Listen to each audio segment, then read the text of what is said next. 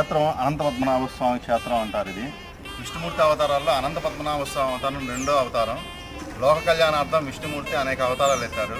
మొట్టమొదటిది మత్స్యావతారం.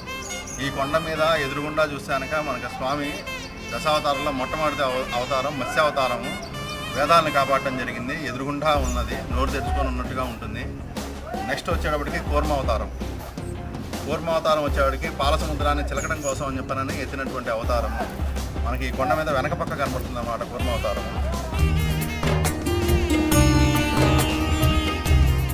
అపార కరుణాంబుదే ఆలోచిత విశేషాలోక శరణ్య ప్రాంతార్తిహర ఆశ్రిత వత్సలైక మహోదదే అనవరత విదిత నిఖిల భూత జాత యదాత్మా